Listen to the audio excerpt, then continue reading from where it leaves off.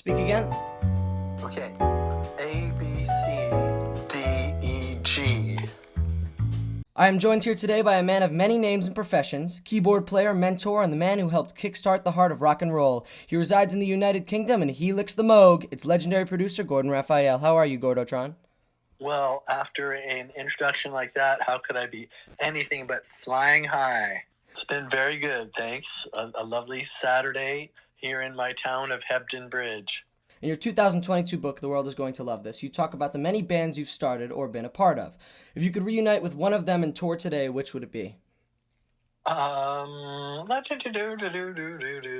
Color Twigs, for sure. Ooh, I'd like to see a performance by the Color Twigs. I love those guys, and they were so fun to work with, and each one was like a tower of independence.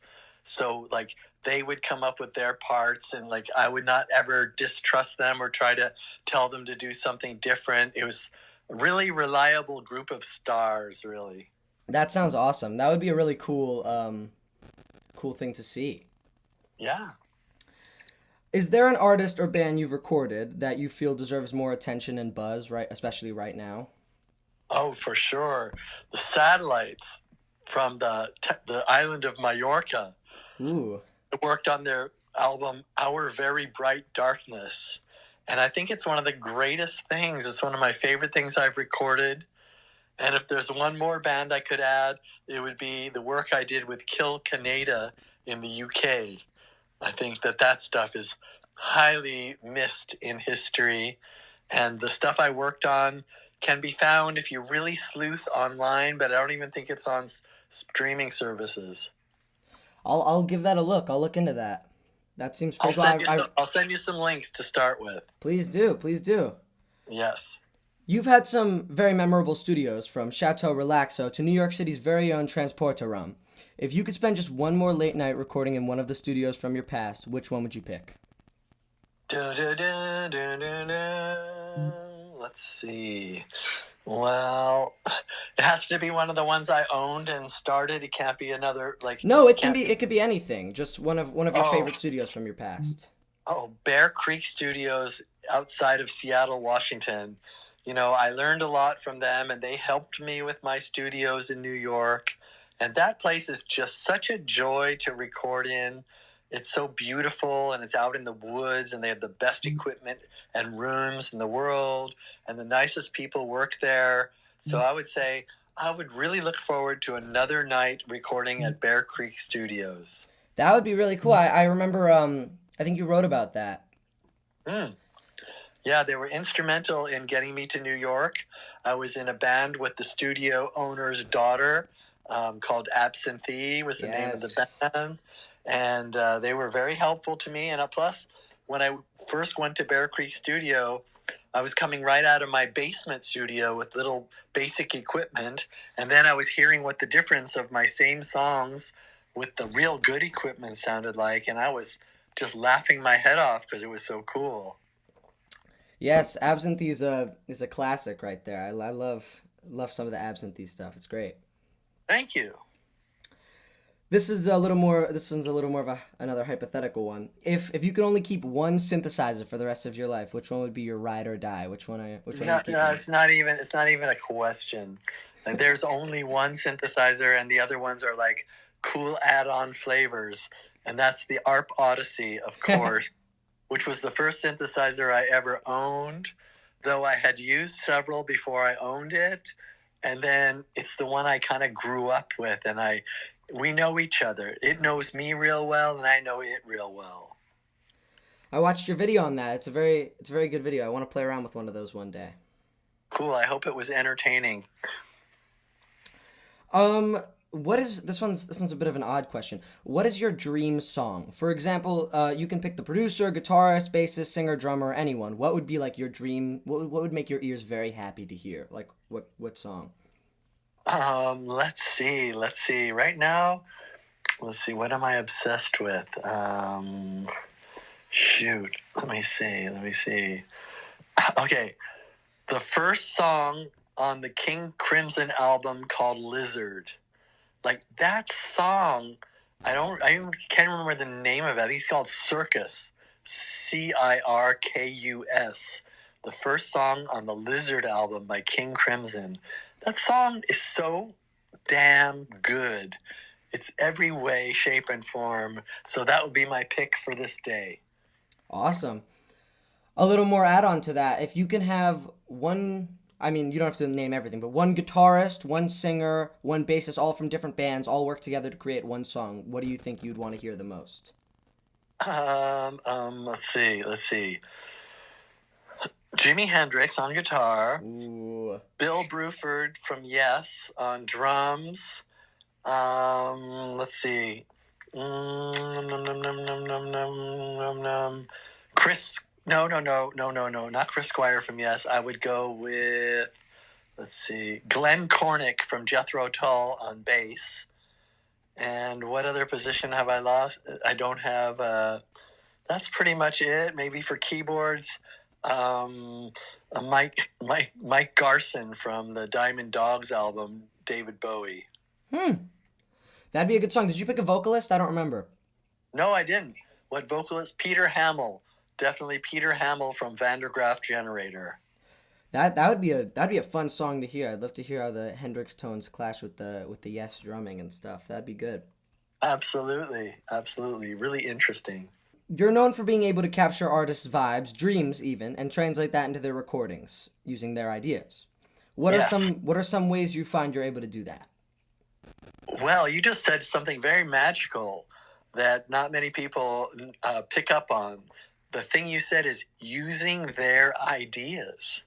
You see, what I'm able to do is I'm able to let them show me their ideas and capture it in a way that doesn't interfere with those ideas. And then the band and the people listening to the music say, Gordon, you're just a great producer. In fact, you're a genius. I go, thank you. Because I know in my heart what I've done is I've let those musicians who I trusted show me their ideas. Yeah, I mean, a great producer is not someone who takes control, and I feel like a lot of it is someone who works with the artist as sort of an extension of the artist's brain, and not like really controlling the entirety of the production part. It is a very big dual effort to because you have the skills and they have the ideas and you have your own ideas, and it all becomes a great thing when put together. I think also that it only works with certain types of musical minds and certain types of people, because there are people that might be like, I'm a little insecure about these ideas and I don't really know what happens here, and gosh, can you supply me these missing elements? That's one type of person.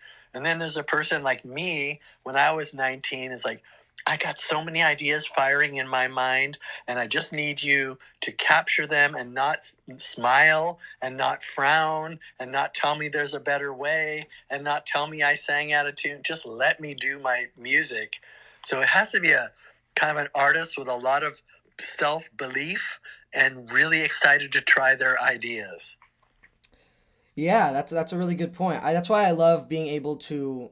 Well, that's why, first of all, I love having a brother who taught me from a very young age how to use all of his music equipment, because without that, Yep. I'd be writing all my songs and having no way to produce them, and I'd have to spend thousands Yeah. of dollars at a studio to get something I'm not fully proud of, as opposed to being able to produce my own things, maybe it not be as good of quality, but being the way I dreamt it. I think if you can capture the ideas and capture the energy, then the quality is built into that. And I definitely was the guy that didn't know how to record, and I had all these songs, and I saved up my lunch money and my work money, and I went in the studio and was kind of like, God, it's not as good as what I can do at home. Boy. So I actually had to go through that process before I decided I'd rather do it all myself. Yeah, I mean, it takes a certain amount of realization, because for a while I had my brother record me, and he would be, obviously, he's my older brother, so he doesn't want to spend time with his younger brother, especially when he could be hanging out with his friends. So he was all like, come on, why don't you just learn how to do this yourself? And then I did, and I was much better off, even though he is a very good producer, much better than I. Cool. Very cool. I recently realized that you are a fan of not only XXX but Lil Peep. Is there any other artist or band that you feel like people would be surprised and delighted to learn that you enjoy? Yeah, I don't know why they're not exactly the purest form of what people would say hip hop was. I mean, to me, that's really a huge part of what they do is based on a hip hop tradition, but there's all kinds of other musical things thrown in. And so, along those lines, there are a number of songs by Absol that I really, really respect, like just like kind of blown away and so clever with the words and his delivery and his production and his awareness of his being a producer. And yeah, so I'd say he's another person that people would be surprised, like, whoa, he likes Peep and XXX and Absol. Never would have known that because I don't make music like that. I don't fully understand how to make music like that, but that's okay with me. Yeah, a lot of the time people just assume that you like the kind of music you make, but a lot of the time it's like people have very different tastes to what they produce. Right. Um like one example that I can just think of is Kurt Cobain being a big Daniel Johnston fan was way out of the blue for me, and Wow. it's just like it was such a surprise considering Daniel Johnston is great. Yeah, I think that's how a lot of us found out about Daniel Johnson. You know, it certainly wasn't being at the time blasted all over the place. It was like, whoa, Kurt Cobain likes this guy, and so now people have made a movie about him. And whoa, isn't he interesting and powerful and cool? Yeah, for a whole summer I tried before I had my DX7, I tried on my mom's old like bad Yamaha electric piano how to like capture the Daniel Johnston thing, but I didn't have a tape machine yet and it was just very hard. And people hear his songs and they're like, "Oh, they're so simple, they're so low effort," but it really takes a certain kind of mind to be able to make stuff like that. It's very cool. Yeah, and who else said, well, I just made my album and I gave away the only copy to this guy, but that's okay because I'm going to make it again and make another cassette of it and give it to a different guy. That's I don't know anybody that would do that. Yeah, God, I couldn't imagine that. That would be so, especially on like tape. It's just Right. amazing. Well, that's all the questions I have for right now, but before we wrap up the interview, tell us what's going on with your life and what you have coming up in the next few months that you think we should know about. Well, let's see. What's going on with my life is I just released pretty recently my 18th solo album, The Wild Cards. And so I'm busy promoting all 18 of my albums that are up there on the streaming services. I always get excited because every day I check and see, and people from all over the world have listened to maybe 8 or 9 songs, which is cool. It's like, wow, I never would have thought that people from different parts of the world would be listening to my songs. So that makes me really happy. And then I have some productions coming up. I have a band from Bali, Indonesia, flying out to my area of the UK to work with me on an album. They're called Andy Six String. And I'm going to go to Texas, I think, in a few weeks to work with a band called Widows of the Night that I started an album with in Amsterdam this summer. I'm going to finish that up. And I'm producing a very interesting female singer from Toronto named Violet Fox. So Oh, all those things are happening right now. that's awesome. Thanks. It's a lot of good stuff for people to check out. Right. Well, that's all the questions I have, but if there's anything else you'd like to talk about, that'd be awesome. And if not, that was great. I don't have anything right now, but if you have some more questions, you let me know and we'll cover them in the next one, okay? All right. One more quick question. What is your opinion on the production style of Tyler the Creator and Tame Impala? Those are two people, my friends, when I told them I was doing this interview, were like, please ask him, ask him. We want to know what he Okay. thinks. Okay. Well, when you asked me, were there any other artists that you kind of like? That the next one I was going to say was not everything, because there's hardly any artist I like everything, but there have been a number of songs by Tyler the Creator, especially in his younger days. Things like, is it Find Your Wings? You know that one? Yes, yes. Like, what a masterpiece. Oh my God. And there's a bunch of stuff around that time period that I was just jaw dropped. Listen to that music. Listen to that use of synthesizers. Ah, Listen to yes. listen to the audacity on what he's presenting and how he's breaking down the wall to get himself known by just being as extreme and as weird as possible. So I have a lot of respect for a number of songs I've heard from Tyler the Creator. On the other hand, I have to say that Tame Impala goes with a very large category of bands that Gordon Raphael just doesn't want to hear that music, just don't enjoy those notes or that idea of music. It's Really? not something for me. There's a list of bands that people would, that bands think are the greatest, people think are the greatest bands in the world, and they talk about them all the time. And they're super successful. And I just like, as soon as I hear one or two notes, I just go, turn that off. Let me get out of here and put on something I like. Yes, there's only about 3 or 4 songs that I will like willingly like really listen to. I thought his new album was a little bit well, by him that his Tame Impala, his new album wasn't it was good. It just wasn't what I was expecting from the singles that were released. So that was kind of like a moment. I just need a massive hit from any song I listen to. It has to just take me exactly where I want to go and show me something I need to see. And it's very special songs that do that. Luckily, I know of at least maybe 7,000 or 8,000 songs in the world right now that will do that to me at any moment. So it's not like I'm very limited, but there are just certain things that I hear it and it's just like tasting some bland coffee or some diner food or something. That's no big deal. Yeah, I definitely think that's like it's good to have a lot of songs that'll do that to you because some people just have very limited options with just like not seeking out new music that hits them in that way and just sticking to one thing. And I think it's good to have a lot of songs that will take you to that place. With Tyler the Creator, I once again, you were talking about his use of synths. Like, wow, Igor and some of the earlier stuff that even used synths too is incredible. And have you listened to the album Igor? Yeah, it wasn't one of my favorites.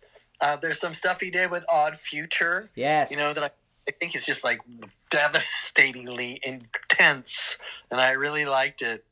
Yeah. I love his song, despite the lyrics being some of the craziest things I've ever heard. His song Fish with Frank Ocean is one of my favorites from his earlier days. It's got very wild lyrics, as his early stuff did, but it was, I don't know, it's just great. Frank Ocean too, what do you think of him? I remember hearing that song Nikes, right? Yeah. And like I saw the video, like when it premiered or something, like right around the beginning, I saw that video and I went, oh my God. And this was in the days of still Apple downloading song. You pay $10 and you get an album of, whatever they were, lossless audio downloaded to your computer.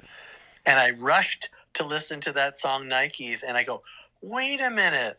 This is like a completely different mix. It's like, oh, this is like a bit boring. And then I heard everything else on that album. I thought, he fooled me with that video sounding so cool. And there was nothing on that record that sounded as cool to me as what he did on the video, where he added all these extra layers of weird vocal commentary and overdubs. And that gave it this dimensionality that spoke directly to me. So I really liked that video and the soundtrack for Nikes, and I haven't heard anything else by that artist that I enjoyed. There's one song that I don't listen to a lot of his stuff, but there's one song that I really do like. It has I believe the one of the Pearl Jam drummers is drumming on it. It's called It's called Monks, and what it has this great synthesizer sound going through all of it. I don't know, it's like some sort of like Juno. I don't know, it's very good synth sounds, and the drums just hit you very hard because they're not something you'd expect from a Frank Ocean song. They're what you'd expect from a rock and roller like Pearl Jam. And right. I really do enjoy that song. And I'll check it out. I wonder which drummer it is. Yeah, I know. I remember looking up. I remember recognizing his name on the credits and being like, "Who is this? I know this person's name." And I Googled it, and I saw that he had played on a bunch of Pearl Jam songs, and I was like, oh, that's why they sound so, I don't know, punchy. They're very good drums. Wow, I'm gonna check it out. Yeah, I'll send that to you. Okay. Do you know the band Hers? They're just these two guys who are... Yeah, because I keep coming across like little social media posts that say like, here they are playing Tiny Desk concerts, and only days later they drove their van off of a cliff or something. Yeah, something they were hit by I Yes. believe a drunk driver, which is very sad. It's super sad. Yeah. Love some of their stuff. Some of their stuff has some very good weirdness to it that just Well, excites me. send me one and show me what you mean. Yeah, I will. Well, thank you so much for this interview. I hope we can talk again soon. This was Okay. really cool. Great. Thanks for having me, and have a great weekend. You as well. Have a good time in the Bye. UK. Bye. Speak again. Okay.